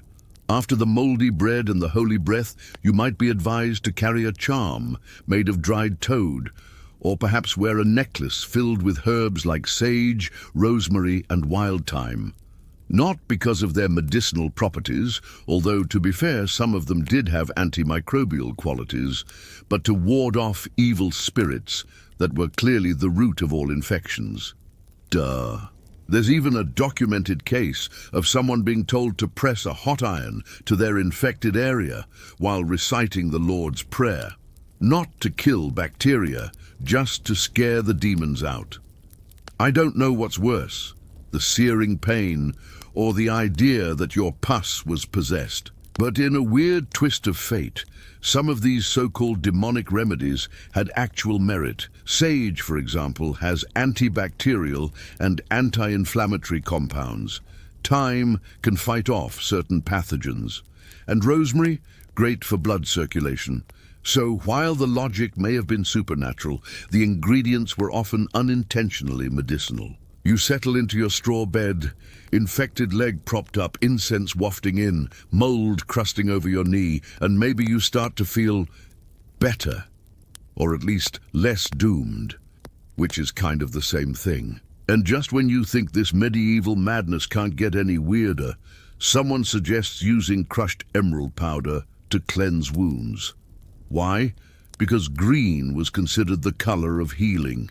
Never mind that emerald dust is sharp, toxic, and wildly expensive. It's green, and that's good enough for your 13th century brain. So yes, you're lying there, leg wrapped in bread and herbs, breathing the air of a rotting saint, and protected by emeralds and possibly a dead frog. And the strangest part? You might actually recover. Now that your infected leg is healing under a crust of bread mold and prayer, it's time for a different kind of checkup. One involving your bodily fluids, specifically your pee. You shuffle through the crooked stone alleyways of your medieval village, clutching a small ceramic flask filled with, let's call it, today's sample. You arrive at the local physician's door, who, let's be honest, is probably more astrologer than doctor, and hand over your gift like it's a bottle of fine wine. He doesn't flinch. Instead, he holds it up to the light, swirls it a bit, maybe sniffs it, and then, brace yourself, tastes it. Welcome to medieval urinalysis. Surprisingly, urine was considered a powerful diagnostic tool. Physicians believed the color, consistency, smell, and even flavor of urine could reveal imbalances in the body's humors. You had 4 of those: blood, phlegm, yellow bile, and black bile. Everything, literally everything, was a matter of balancing these slippery substances. Too melancholic. That's excess black bile. Feverish? You're overflowing with yellow bile. Craving mutton at midnight? Blame the phlegm. You didn't go in for a checkup, you went in to get harmonized. Your doctor pulls out a urine chart, a circular color wheel that looks like something out of a Renaissance fair paint booth. There were over 20 shades, ranging from cloudy white to burnt umber with oily streaks. Each hue hinted at a different problem. For instance, pale yellow meant too much moisture. Dark brown suggested internal rotting. If it bubbled, your liver might be rebelling. If it smelled like baked apples, that could be diabetes. And yes, that part is oddly accurate. Modern science confirms this. And the tasting? Well, some illnesses really did alter the sugar content or acidity of the urine. So yeah, gross as it is, medieval doctors were kind of onto something. You wouldn't catch a modern GP sipping your sample, but blood sugar can be indirectly detected through taste. Sweet urine, sour stomach, suddenly that superstition feels a little sharper, doesn't it? Then there's the other crowd favorite, leeching. You lie flat on a wooden bench as the physician gently places squirming, hungry leeches along your forearm, behind your ears, and, if you're especially unlucky, on your inner thigh. It's not punishment, it's therapy. Leeches were the go-to solution for almost everything. Headaches, infections, swelling, inflammation, jealousy, seriously, and even demonic possession. Too much blood was believed to cause overheating, agitation, and all sorts of moral failings. So naturally the answer was to drain you like a clogged barrel of wine. To their credit, leeches do have anticoagulant enzymes in their saliva, and modern medicine has actually brought them back for treating things like skin grafts and post-surgical circulation issues. But in the Middle Ages, it was less science and more vibes. You lie still as the leeches suck. The physician leans in, whispering Latin prayers under his breath. You can hear the faint squelching noise of the little creatures doing their work. One slips off and wriggles away. You are not going after it. Later, someone wraps your arm with a rag soaked in vinegar and salt. To restore balance, they say. You nod politely, trying not to faint from blood loss. You're pale, dizzy, and oddly calm. Maybe it's working. Maybe you're just anemic. Still, the philosophy behind it was almost poetic. Too much of anything, blood, anger, heat, was dangerous. The idea was not just to treat the body, but to rebalance the soul. Too much red? Add coolness. Too cold? Add fire. Sick? Purge, drain, bleed, vomit. Sometimes all in the same day. Historians still argue whether humoral theory caused more harm than good. On one hand, it delayed real medical progress. On the other, it offered a structured way to approach health when germ theory wasn't even a whisper on the wind. But the real surprise, some patients did get better. Why? Well, bleeding can reduce blood pressure. Fasting, another popular cure, can lower inflammation. And purging? It, definitely clears things out, like medieval detox, with bonus leeches. Even more bizarre was the practice of therapeutic vomiting. This wasn't just for poisoned kings and suspicious stews. It was done regularly to cleanse the stomach and prevent stagnant humors. You'd down a syrup of licorice, vinegar, and something unholy like ox bile. Then spend the next hour violently ejecting your dinner. If nothing came up, you were either healthy or, more likely, already doomed. But among the strangest and most strangely effective methods was the use of smoke enemas. Yes, you read that correctly. Smoke. Enemas. Picture this. You lie down near the hearth. A long pipe is inserted where the sun doesn't shine. On the other end, a funnel, some herbs, and a bellows. The healer puffs smoke up into your intestines to warm the organs and revive the soul. It sounds like pure madness, and yet smoke has antiseptic properties. Warmth can stimulate peristalsis, and if you were suffering from hypothermia or intestinal shock, that warmth might have actually saved your life. In fact, 18th century resuscitation kits included smoke enemas as part of early CPR. So while medieval folks used them for reasons no one can quite explain, the technique accidentally kept evolving. As you sit there, Bandaged, smoked, bled, and mildly dehydrated, someone hands you a broth made of boiled herbs and vinegar with a sprig of mint floating on top.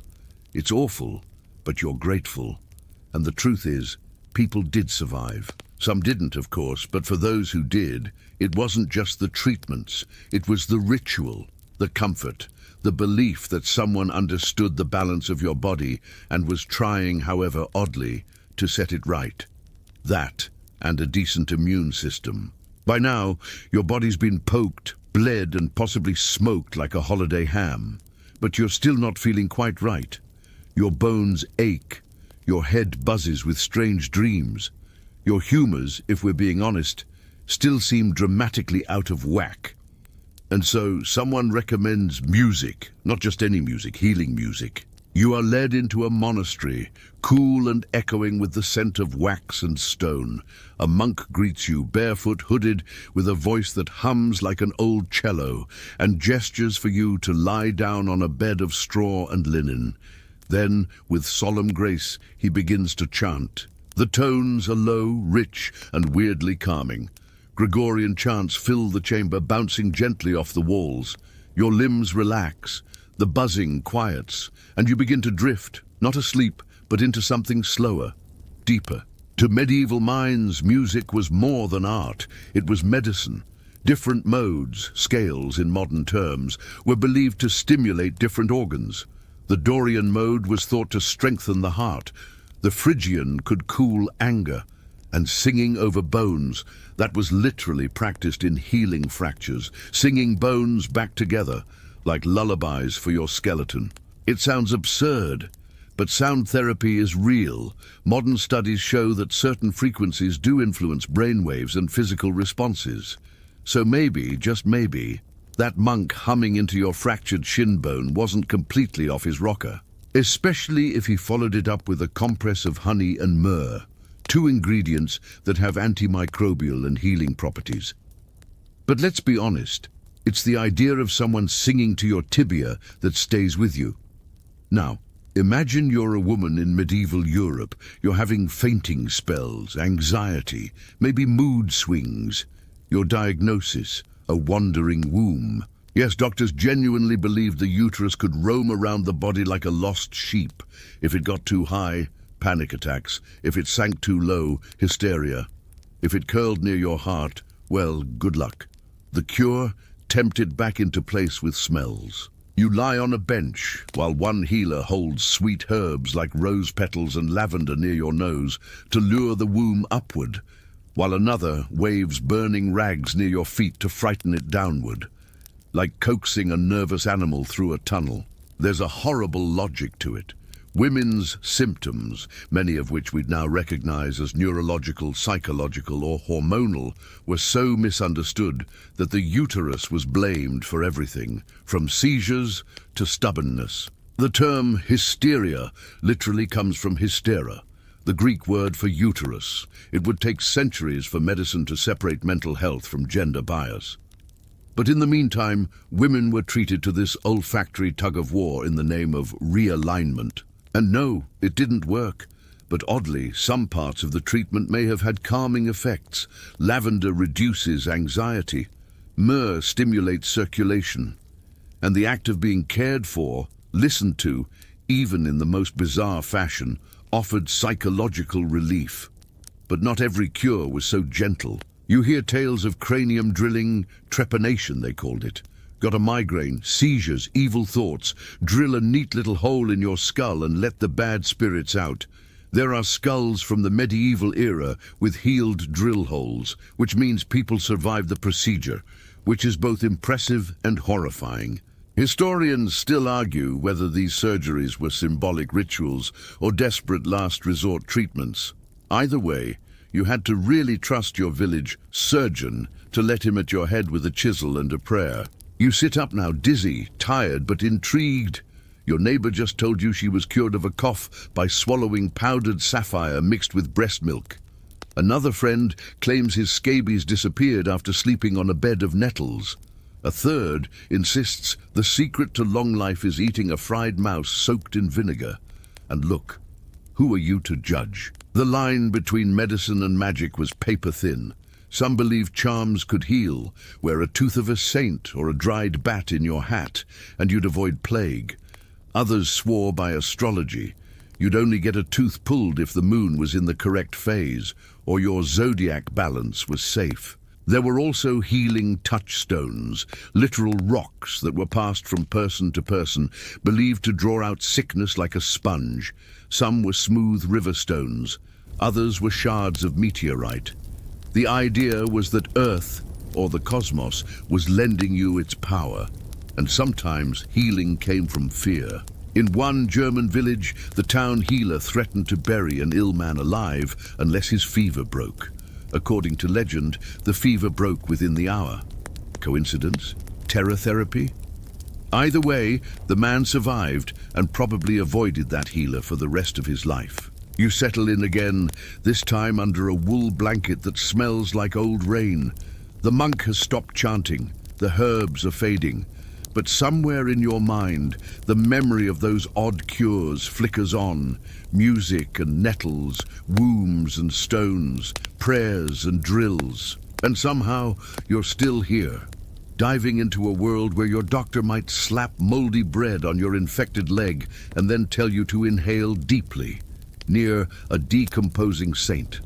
Welcome to the charming chaos of medieval medicine, where belief and biology danced a clumsy waltz, and somehow, against all odds, a few of those bizarre health cures actually worked. You might scoff, but you probably won't survive this lineup of oddities without gagging at least once.